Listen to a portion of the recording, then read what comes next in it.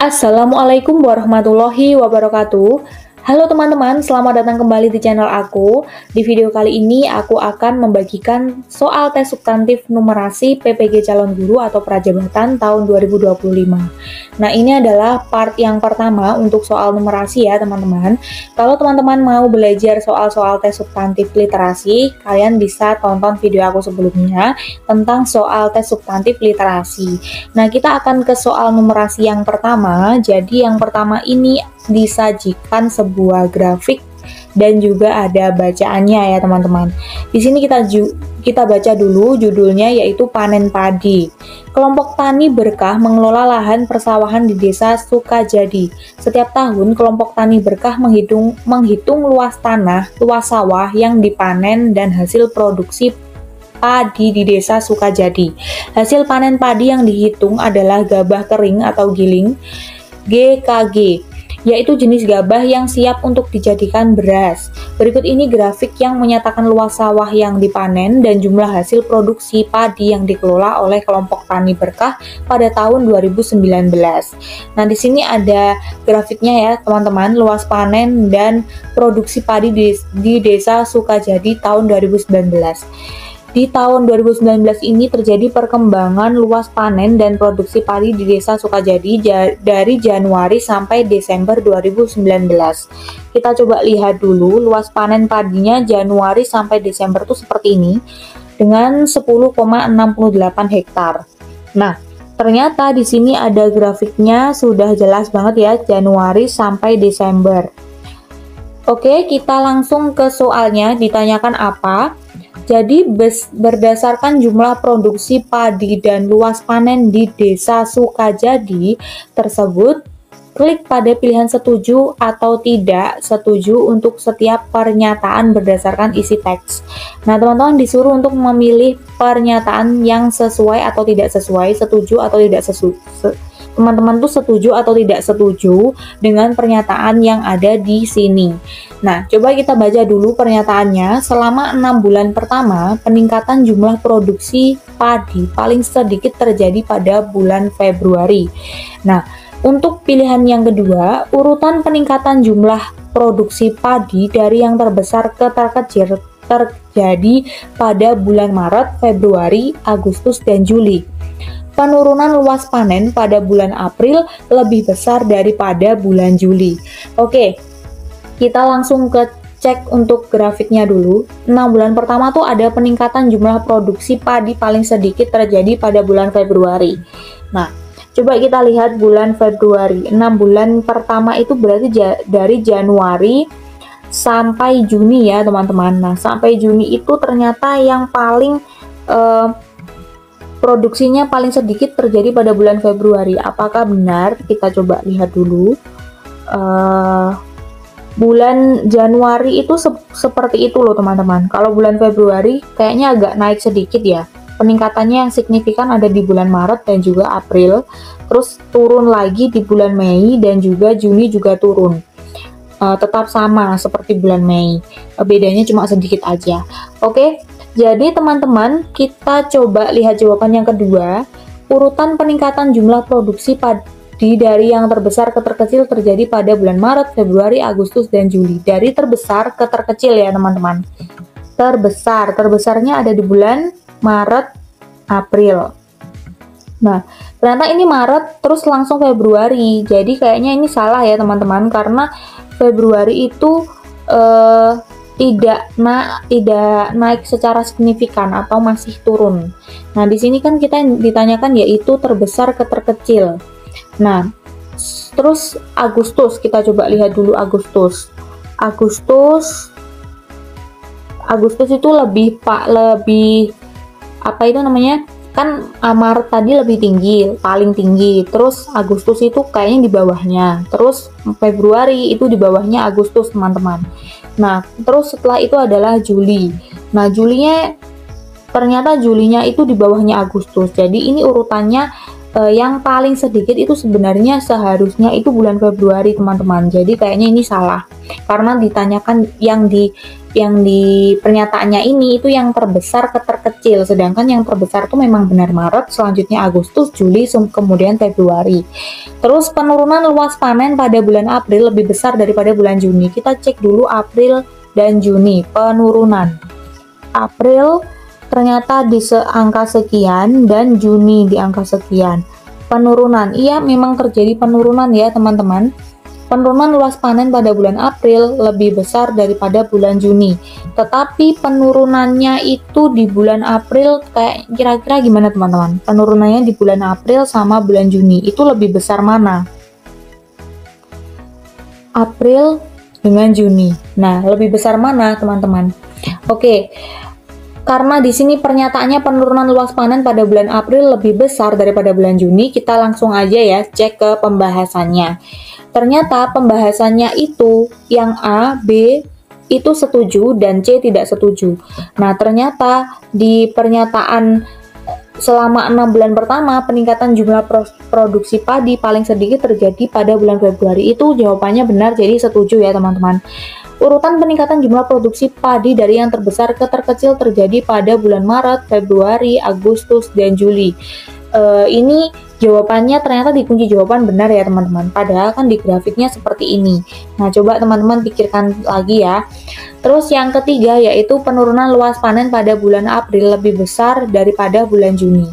Nah, kalau ini penurunannya luas panennya pada bulan April lebih besar daripada Juni, ternyata salah, jadi tidak setuju ya teman-teman. Oke, kita langsung aja ke soal yang kedua. Berdasarkan informasi hasil panen padi tersebut, pernyataan mana saja yang benar? Klik pada setiap pilihan jawaban benar dan jawaban benar lebih dari satu. Nah, kita disuruh untuk mengklik jawaban benar lebih dari satu dan disuruh untuk mencari informasi hasil panen padi pernyataan yang benar itu yang mana.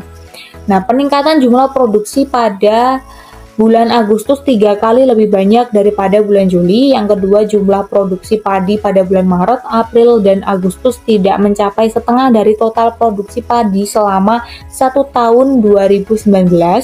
Penurunan luas panen padi pada bulan April sama dengan bulan Juni yaitu 0,04 hektar.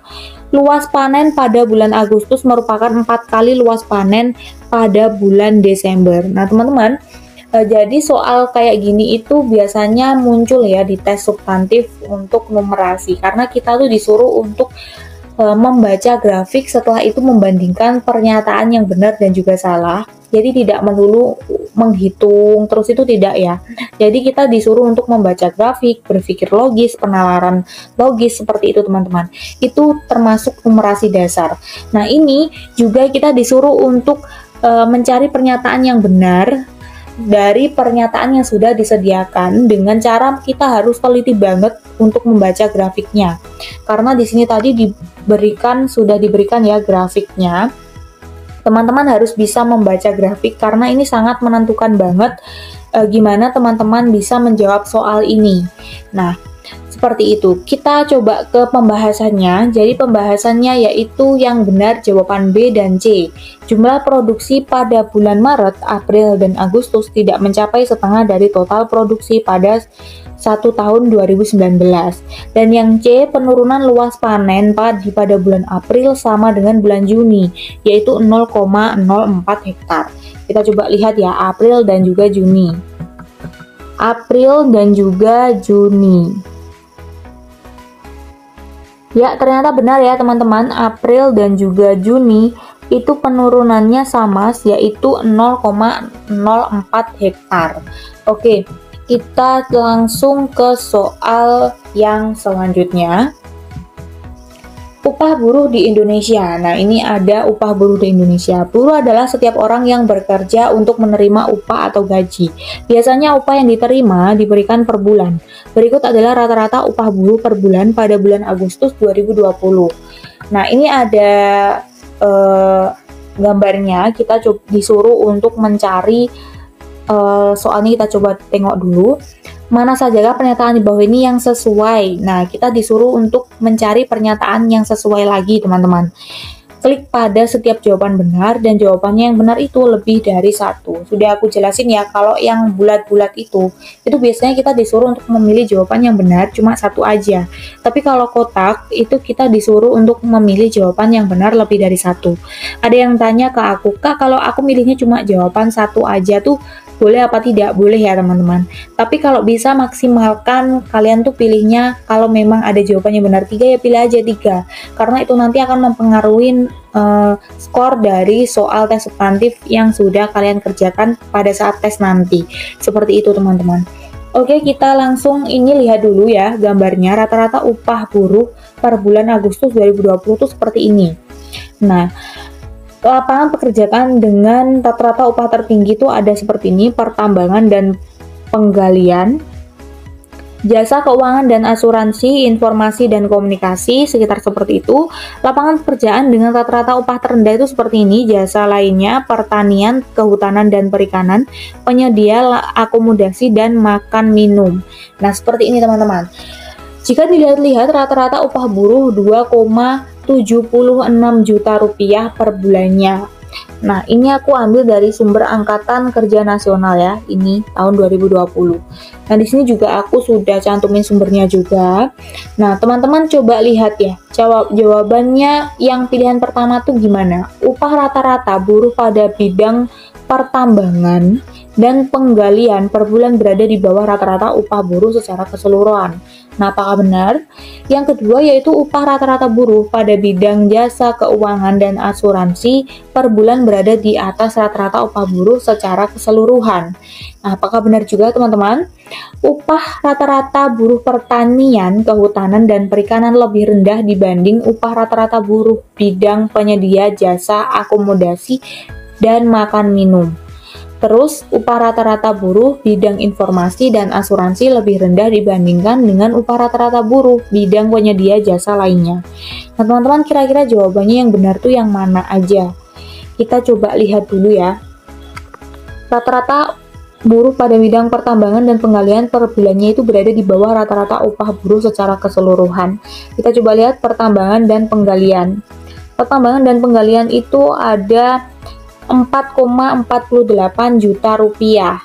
Nah, ternyata rata-rata upah buruhnya itu ada 2,76 juta rupiah per bulannya. Nah, sedangkan di sini upah rata-rata buruh pada bidang pertambangan dan penggalian per bulan berada di bawah rata-rata upah buruh secara keseluruhan. Jawabannya kayaknya benar apa salah, teman-teman? Nah, coba teman-teman pikirkan dulu. Upah rata-rata buruh pada bidang jasa keuangan dan asuransi per bulan berada di atas rata-rata upah buruh.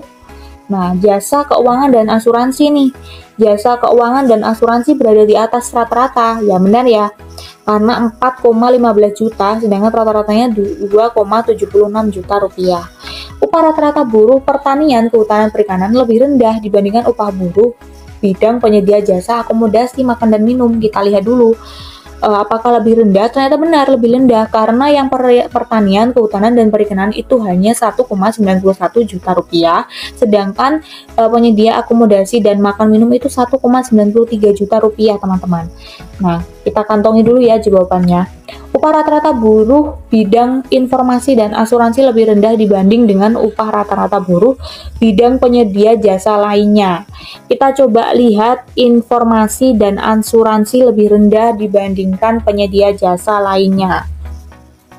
Informasi komunikasi 3,94 juta rupiah, sedangkan jasa lainnya 1,69 juta rupiah. Nah, ini katanya informasi dan komunikasi itu lebih rendah. Nah, jadi jawabannya salah. Kita coba cek dulu jawaban yang benar. Jadi jawaban yang benar adalah B dan C ya teman-teman. Seperti sudah aku katakan tadi, ternyata upah rata-rata buruh pada bidang jasa keuangan dan asuransi per bulan berada di atas rata-rata upah buruh secara keseluruhan, sudah jelas sekali. Terus upah rata-rata buruh pertanian, kehutanan, dan perikanan lebih rendah dibanding upah rata-rata buruh bidang penyedia jasa akomodasi dan makan minum. Oke, kita lanjut ke soal selanjutnya. Di sini juga masih sama teman-teman. Untuk soalnya juga tetap membahas tentang tadi rata-rata upah buruh. Pada bulan Februari 2020, Badan Pusat Statistik telah menghitung upah rata-rata buruh per bulan. Berdasarkan hasil perhitungan, ternyata upah rata-rata buruh pada bulan Agustus mengalami penurunan sekitar 0,2 juta dibandingkan dengan upah bulan Februari ketika ditinjau dari upah rata-rata secara keseluruhan. Namun jika ditinjau dari upah buruh setiap bidangnya, angka penurunannya berbeda-beda seperti data yang ditunjukkan pada tabel berikut ini. Nah, ternyata berbeda-beda teman-teman setelah ditelusuri lagi. Seperti itu, coba teman-teman pahami dulu. Nah, sekarang kita disuruh untuk mencoba mencocokkan yang benar, yang mana, yang salah, yang mana dari pernyataan yang sudah disediakan. Nah, ternyata di sini pada bulan Februari upah rata-rata buruh pertanian, kehutanan, dan perikanan lebih rendah dibanding upah rata-rata buruh bidang penyedia jasa akomodasi dan makan minum bulan Februari, teman-teman.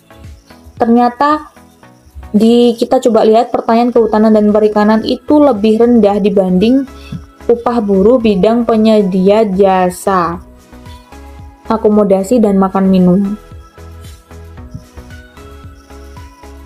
Benar atau salah teman-teman? Karena di pertanian tuh 0,3 juta penurunannya dan penyedia akomodasi itu 0,1 juta.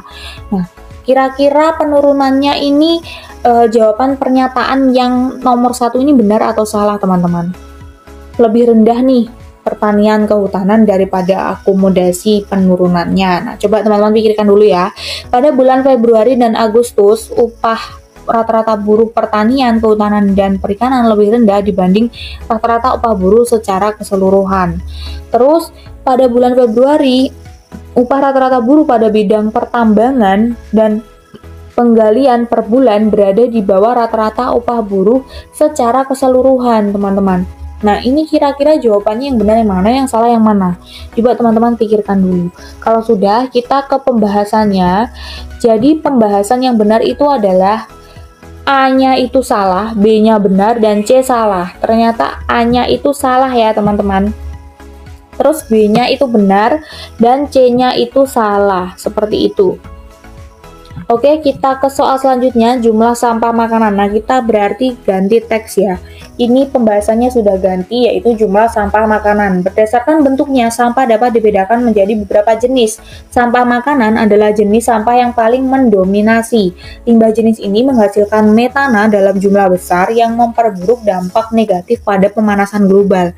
Pada tahun 2005, sebuah tempat pembuangan akhir atau TPA di salah satu daerah di Indonesia pernah meledak dikarenakan tingginya konsentrasi gas metana yang berasal dari sampah makanan yang tertimbun lama.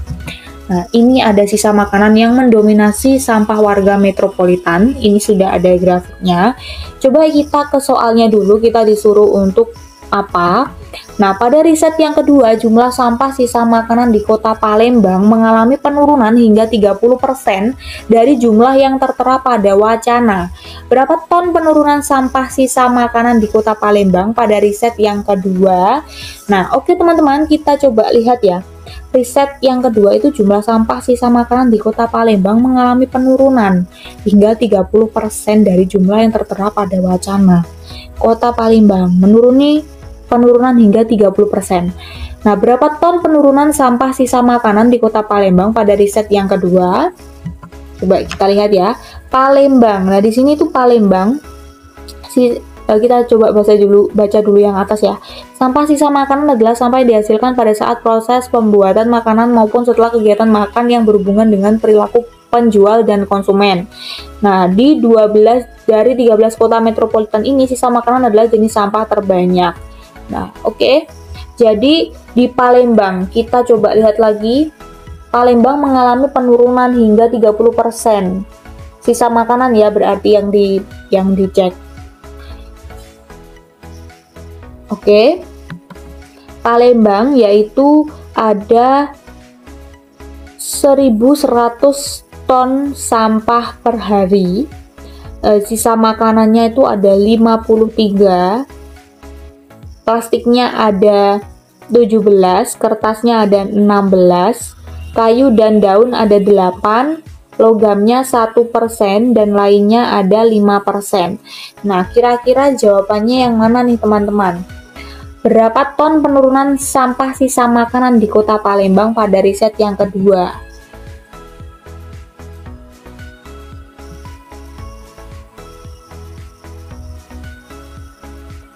karena tadi kan ini di kota Palembang itu sisa makanannya itu ada di 53, sedangkan Palembang ini ada 1.100 sampah per ton per hari. Nah, kita coba lihat.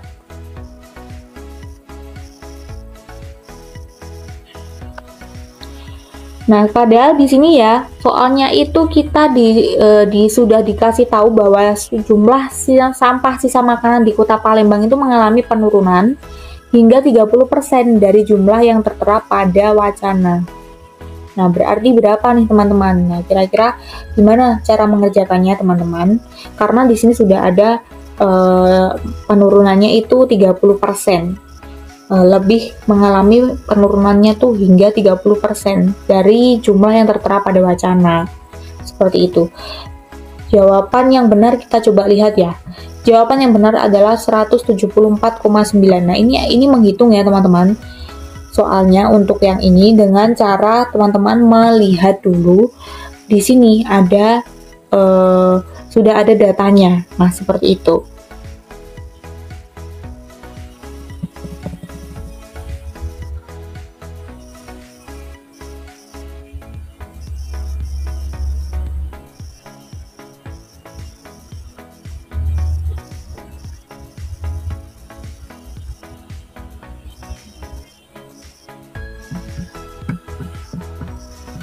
Oke, kita masih sama kayak tadi, yaitu soalnya tentang sampah makanan.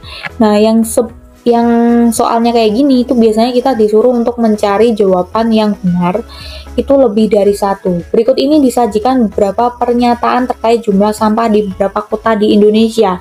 Di antara pilihan berikut ini, mana saja yang merupakan pernyataan yang benar? Klik pada setiap pilihan jawaban yang benar dan jawaban benar lebih dari satu. Nah, kira-kira gimana nih teman-teman? Jumlah sampah sisa makanan yang dihasilkan oleh kota Jakarta Barat lebih banyak daripada kota Jakarta Pusat. Apakah benar jumlah sampah sisa makanan yang dihasilkan oleh kota Jakarta Barat itu lebih banyak daripada Jakarta Pusat? Kita cek. Jakarta Barat 70%. Jakarta Pusat 55%. Ternyata benar ya teman-teman, bahwa di Jakarta Barat tuh lebih banyak daripada Jakarta Pusat. Jumlah sampah plastik yang dihasilkan oleh kota Bekasi dan Makassar sama dengan kota Palembang dan Jakarta Selatan.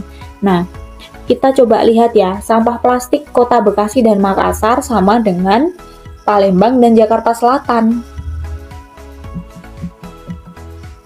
Coba kita lihat, Makassar 41, terus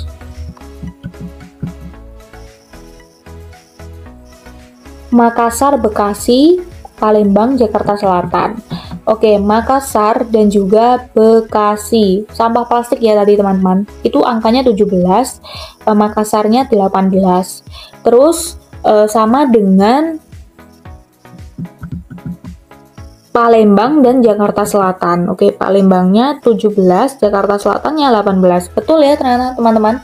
Karena tadi Makassar itu Bekasi itu 17, sedangkan Palembang juga 17.